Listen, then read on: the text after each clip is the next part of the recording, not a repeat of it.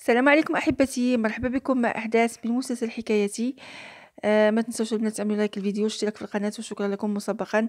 هنا عمران اللي كان تيقيس الحرارة ديال الابن ديالو سامي ولقاها مزيانة وقال ليه الحمد لله الحرارة ديالك منخفضة وانت بخير. وهنا تيقول ليه سامي واش عندك الحاسوب يعني الكمبيوتر، بغيت تلعب ألعاب حرب. قال لي عمران انا ولدي راه ما كنبغيش العاب الحاسوب، ويقول ليه والكمبيوتر اللي عندك في المقهى وعندك الانترنت يمكن ليا نمشي نلعب. ويقول ليه عمران واش باغي تلعب دابا في هذا الوقت هذا في هاد الساعه هذه كتهضر على الساعه هذه.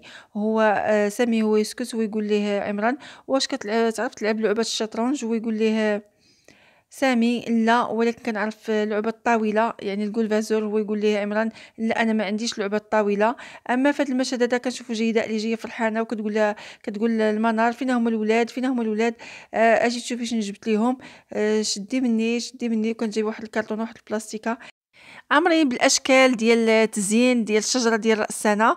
وهي تقول لهم اجيو تشوفوا شنو جبت لكم. وهنا ملي فتحوهم الوليدات كانت جيهان طايره بالفرحه وكتقول شوفي شحال زوينين والشكل ديالهم زوين وكيلمعوا. وهو يقول لهم فاروق واش غادي نزينوا شي شجره لان ما عندهمش شجره. بقات منار كتعيط الرضا كتقول لي اجي تشوف. وهنا جيده كتقول لها سيده فضيله قالت لي ديهم الوليدات غادي يفرحوا بهم بزاف. ولكن فاروق كيقول لهم ولكن حنا ما عندناش شجره، كون عا عندنا شجره حتى حنايا ونزينوها. وهي تقول لي جيده وشنو غادي يوقع كاع الا ما كانش عندنا شجره. هاد الزينه هادو غادي نزينو بها الدار كامله غير ما يبقاش فيك الحاله ولدي. قال لهم فاروق ولكن في مدرستنا عندنا واحد الشجره زوينه اللي مقادينها زوينه ديال راس السنه. وبقات تقول لي جيهان شو هاد يعني هاد الاشكال شحال زوينه. وكان شيرين اللي كنجيب واحد الشجره كنعطيها ليها عمران باش تجيبها لختها منار وتزين تزوقها لراس السنه. وجيهان هنا اللي كتخاصم على خوها فاروق كتقول لي علاش تقول لماما بغينا شجره ماما ما عندهاش الفلوس. كتحزنها بالطريقه هذه لو كانت عندها الفلوس كنا شريت لينا الشجره. هو يقول لها اذا زينوني انا. وبقات هو يوقف فوق الناموسيه وتيدي باش يزينوا يعني علاش كشجره. بقات كضحك اختو جيهان وقالت لي انا غنمشي نخدم الدروس ديالي. اما شيرين الشريره ديك الشجره لوحتها في الازبال وما جابتهاش ليهم. وهنا عمران اللي كان غادي بولدو للمدرسه وكيقول ليه اول مره كنشوف تلميذ اللي غادي بالمحفظه. ويقول ليه سامي ماشي مشكل. ويقول ليه شو معنيت ماشي مشكل. جا الوقت اللي تنمي نفسك وتبغي بزاف ديال الاشياء مثلا كالتنس والرياضه وتما دروس تقرا مزيان. هو يقول ليه شنو كتبغي. قال لي كنبغي انا كرة القدم. قال لي اصلا انا غادي نمشي دابا نسول الاستاذه ديالك نشوف واش غتقول لي عليك. وانا واثق انها غتقول بانك انت انسان رائع. اما جداء اللي وصلت وحليها رأي في الباب وشافها مقدة حالتها ودايره المكياج. ويقول لها شتك جيتي انيقه. وهي تقول لي راه حيت غتجي عندنا الضيفه يعني الصديقه ديالو. وهو يقول لها راه ما غاديش تجي اليوم حتى الغدا. وهي تقول ليه شنو كيفاش اتصلت وقالت لك ما غاديش تجي اذا هذه وقيحه كتلعب بك. هو بقى تيقيس الظهر ديالو. قالت لي هي فين هي الام ديالك. وهو يقول لها راها ناعسه. قالت لي علاش ناعسه في هذا الوقت هذا يكمل فكتنوض الصباح بكري كل نهار علاش ناعسه. هو يقول لها شنو بغيتي بالام ديالي فاش غتحتاجيها. قالت ليه وانت اش دخلك علاش كدير بحال شي عجوزه وكتبقى تسول في شي امور اللي بعيده عليك. بقى هو كيموت بالضحك على الهضره ديالها. وشنو بان لك قالت ليه واش ما تكون حتى شي حاجه بيني وبين الام ديالك. هو يقول لها شنو. قالت لي مالك تتحرك بحال هكا واش انت كتألم ولا شنو. قال لها بصراحه الكتف ديالي تعرض للبرد بزاف وكيضرني. وهي تقول ليه بلاتي انا غادي ندلكولك مزيان. يلا زيد قدامي. وهو يقول لها شنو غديري. قالت لي غير اجي انا عارفه شنو غادي ندير ما غتبقى فيك حتى شي حاجه غير تسنى. وهي تدلك لي فوق التريكو وتقول لي هادشي ما لقش ليا فوق التريكو اذا خاصك تحيد هاد التريكو هذا. وهو حيد لي هاد التريكو. هي تقول لي واش نحيد. قال لها واش نحيد حتى القميجه. قالت لي لا بلا ما تحيد القميجه. ملي بقات تتسدلك ليه الظهر ديالو. هي تقول لي بلاتي غادي نجيب واحد الدهنه وغادي نجي دابا بالزربه. هو يقول لها واش نحيد القميجه. كتقولي لا ما تحيدش حيدتي غنتفاهم معاك. ومشى هو بقى تيكحز القميجه وحس الضيف كاملين. وهي كتقول ليه لا. وجابت ديك البوماده وبقات كدهن ليه الظهر ديالو. هو كتسحلا داك الدهن اللي كدهن هي وشويه وهي تسمع بان السيده فضيله فاقت. وهي تقول ليه صافي هي فاقت يلا الله يجعل البركه. مشات كتمسح يديها بالكلينكس من ديك البوماده ومشات مباشره فتحت الباب على سيده فضيله اللي انفعلت وقالت لها وتعلمي علاش فتحتي لي الباب على غفله، ولقاتها كتبدل حوايجها الداخليه. وهنا قالت لها جيده انا غير تحمست وبغيت نوريك شي حاجه، واش دابا يمكن لي ندخل عافاك؟ واش يمكن لي ندخل؟ لان فاش شافتها رجعت سدت الباب وبقات كتقول لها سمحي لي سمحي لي، وهي تقول لها سيده فضيله دابا يلاه غير دخلي بعد ما كملت اللبس ديال الحوايج ديالها. وهي تقول لها بغيت غير نوريك. قالت لها سيده فضيله واش هذا الامر كاع عاجل حتى لهاد الدرجه؟ وهي تقول لها شنو هذا؟ وهي توري لها الصوره ديالها وديال رئيف. قالت لها انت شوفي انا كنت انا ورئيف والاقراط والخاتم اللي كنت دايرهم انا، غير بغيت نوريك. راه هو اللي عطاهم ليا وانا ما تذكرتش كيفاش لاننا كنا شاربين بزاف. وهي تقول لها واش شفتي؟ قالت لها راني شفت. قالت لها بغيت غير نقول لك بان رئيف هو اللي عطاني دوك الاقراط غير باش تاكدي من الهضره ديالي، وراه هو اللي عطاهم ليا ديك الليله. بغيت غير تشوفيهم. كانت فضيله كتمعن في ديك الصوره، كتشوف يعني كتشوف فيها. وهي تقول جيدة قالت الفضيلة اذا ما عمرك غتقولي لي بانني سرقتهم ولا شي حاجه، دابا تاكدتي بانه هو اللي عطاهم ليا. وهي تقول وملي كانت غادا قالت لها المهم انا غادي نمشي ونخليك. وهي تقول لها فضيله واش يمكن لك تصيفطي ليا هذيك الصوره؟ قالت لها جيدة علاش؟ واش بغيتي تديها للشرطه كدليل ولا بغيت توريها لبابا عمر؟ راه السيد غادي يمشي فيها الا وريتيها له. وهي تقول لها لا ما غنوريها حتى شي واحد، بالعكس انا غير بغيت نشوف ديك الصوره تبقى عندي لاني اول مره كنشوف ولدي رئيف سعيد بزاف بحال الايام الماضيه فاش كان كيتمشى على رجليه. وهنا جيدة كتخرج وكتصيفط لها ديك الصوره وهي كتبكي والدموع في عينيها. وبقات كتشوف ديك الصوره اللي مصوره هي ورئيف. اما هنايا كنشوفوا عارف اللي كيعيط لشيرين. شيرين هنا نقص واحد المبلغ ديال الفلوس، قالت ليه راه محمد طلب مني على واحد النادي تما واحد السلفه وراني عطيته. قالت لي ونسيت ما قلتها لك. قال له علاش تنساي بحال هذا الشيء؟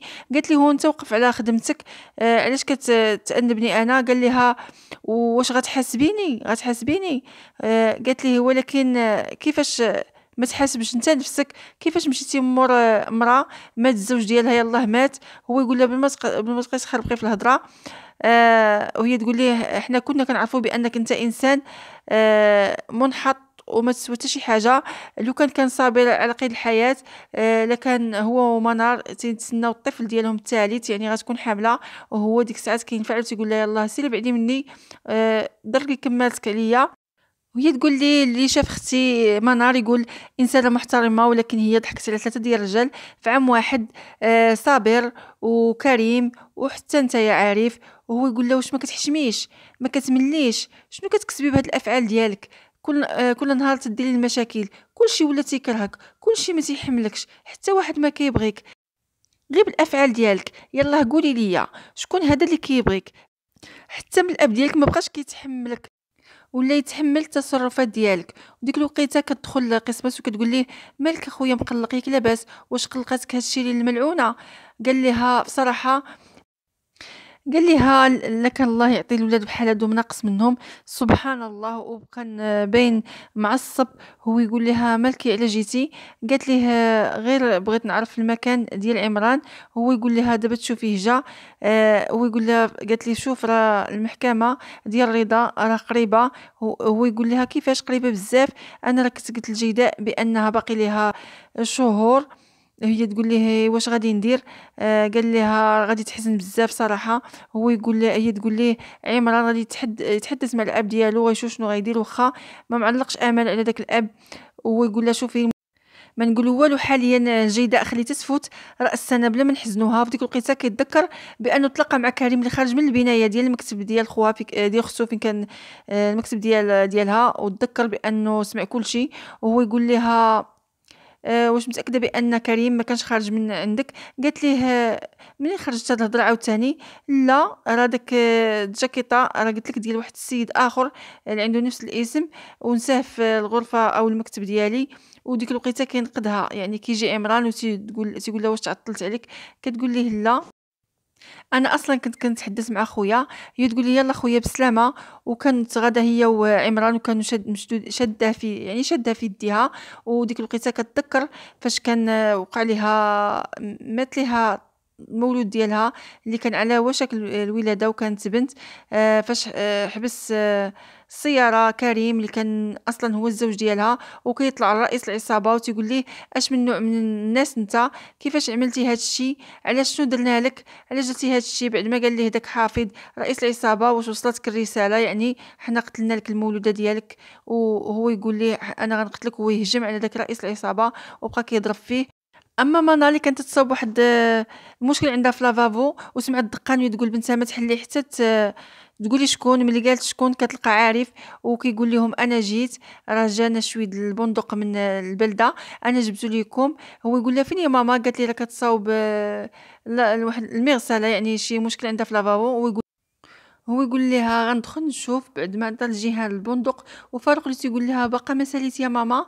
وهو يقول عارف في المنار عمل موفق المعلمه، يعني بحالها يعني خدامه هي كتصاوب ما عارفه تصاوب، وتقول ليه اهلا عارف في الحقيقه جيتي في الوقت المناسب.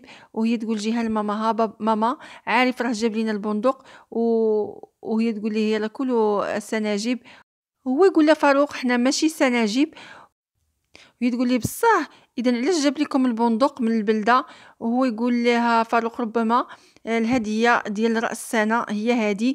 هو يقول لهم عارف لا ماشي الهديه ديال راس السنه، انا غنشري لكم احسن الهدايا، شنو بغيتو نجيب لكم؟ بقات منار كتغمز فيهم، وهو يقول لهم غير قولوا لي ما تخافوش من الام ديالكم.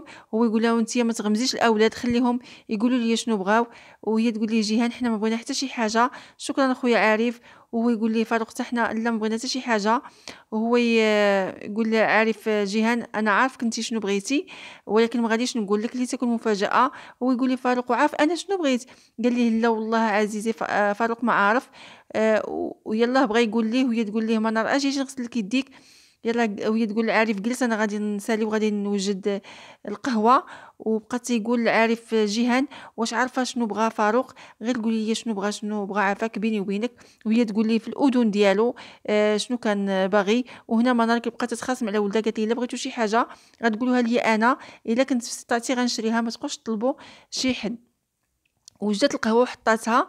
وهو يقول لهم واش عجبكم البندق؟ قال لي بصراحه عجبنا بزاف ولديت بزاف. وهي تقول ليه منار بصراحه عارف كنت غنتصل بك. ويقول لها ياك لاباس؟ قالت لي غدا ليله راس السنه وبغينا نكونوا مجموعين كاملين. هو يقول ليه فاروق بغينا حتى عمي يوسف يحضر. قال لي عمك يوسف غادي يسهر على برا. قالت ليه منار غتكون ليله زوينه بزاف، غنكونوا مجموعين كاملين هنايا. اما في هذا المشهد هذا كنشوفوا شيرين اللي مشات كتجبد السلاح اللي خزناتو على باها وكيسحب راسو راه هرمات ومنار وعارف. وكانت هذه هي الحلقه ديال اليوم. كنشكركم بزاف على حسن المتابعه والسلام عليكم.